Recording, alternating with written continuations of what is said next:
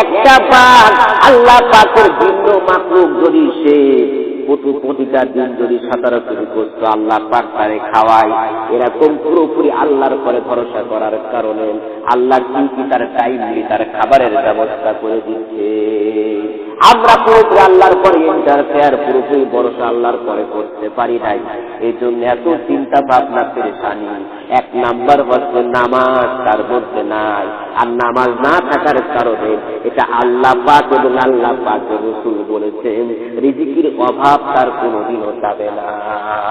কারণ কি? নামাজ কি নাই, বলেন না কেন কি নাই? নামাজ। এই নামাজ না থাকার কারণে তার একটাই সাজা হচ্ছে, তার রিজিকের অভাব কোনোদিনও যাবে না, যতই দৌড়াই না। কোটি কোটি টাকার মালিক হবে, তারপরেও শান্তি নাই, খাবার খেতে পারতেছে না। ডাক্তারের কাছে যাওয়ার পরে বলতেছে আপনি গরুর গোশত খেতে পারবেন না। কি ভিটামিন তো খাবার হিন্দুরা খাই উপায় নিয়ে আসছে। মুসলমান বলে যে কোটিপতি বলে তুমি খেতে পারবে, কারণ কি? তোমার সমস্যা আছে। কি সমস্যা আপনারা জানেন? গরুর গোশত খেতে পারবে না। দুর্ভাগ্য কপাল মুসলমান, নামধারী মুসলমান ফজরের আগ দিয়া উঠে ব্যায়াম করে, কিন্তু নামাজ পড়ার তার কপাল হলো না। কথা বলে মহিলা দিয়ে পুরুষে দুজনে একসাথে আজ কি লাগবে, কিরকম জুতো লাগবে, কিরকম পোশাক লাগবে, সব কিছু আমি কিনলাম বুঝলাম, কিন্তু নামাজ পড়লে এর মতন ঔষধ পৃথিবীর জমিনে আর কিছু নাই শরীরের জন্য। আর সেই দামে যেন আমরা হাদিসের মধ্যে আছেন। এবার আছেন আমি যে মসজিদে এসেছি উদ্দেশ্যটা আমার কি বলেন নাকি?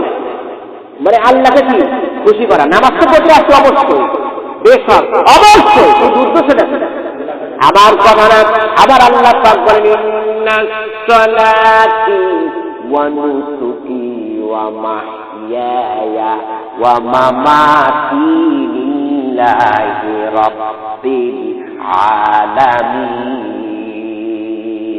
আল্লাহ পাক বলেন তোমার জীবন, তোমার মরণ, তোমার হায়াত, তোমার রিজিক, তোমার চলাফেরা, তোমার নামাজ, তোমার টুপি, তোমার পাঞ্জাবি, তোমার মসজিদ বানানো, তোমার মাদ্রাসা বানানো, এটু যে যা কিছু তুমি করো না কেন, তোমার উদ্দেশ্যকে নিয়তটা কি যদি আল্লাহর জন্য না হয়ে যায়, তাহলে সবের জায়গায় গুনাহ ছাড়া আর কিছু হবে না।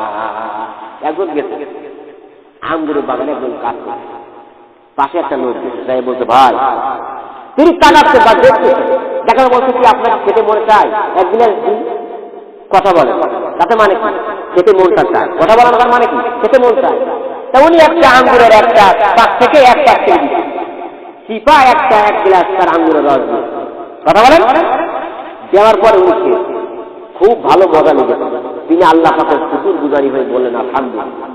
মানে তিনি বললেন আলহামদুলিল্লাহ, বলার পরে তার মনটা চাচ্ছে আর একটা গ্লাস, বলছে আপনি এদিক থেকে দিয়েছেন, আমাকে আর একটা গ্লাস দেন এদিক থেকে, শুনতেছেন তো, 2 পাশ থেকে দেন। এই যে দেওয়ার আগে ওনার মনে মনে নিয়ে কিন্তু হয়ে গেছে। মানে নামাজে আমরা আসছি উদ্দেশ্যটা কি? পৃথিবী যে কোনো কাজ করি উদ্দেশ্যটা কি, তাই না? আসলে তো আল্লাহকে, কিন্তু আমার উদ্দেশ্যটা কি সেটা বুঝাচ্ছে।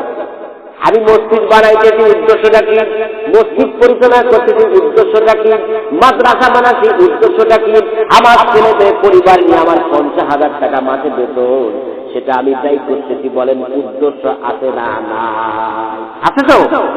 দেখা গেছে কি যে বাপের বিরুদ্ধে লেগে গেছে ছেলে, খালি তার টাকা পয়সা খরচ করে খামাখা না, 5টা সদস্য আছে পরিবারের মধ্যে, একজন উনি আর 4 জন, সব সময় ওনার পিছনে লেগেই থাকে। সে কিন্তু মাসিক 50,000 টাকা বেতন তাদের পিছনে খরচ করতে, বলেন তার মন একটু নষ্ট হবে না হবে না? বুঝে বলেন। তিনি কি করলেন, আর এক পাশ থেকে যখন তিনি আঙ্গুরের আর একটা গিলাস তারে দিয়েছেন পান করতে, এর মধ্যে তিনি আর একটা নিয়ে কিন্তু করে ফেলেছে, শালার কাছে গাছটা কোনভাবে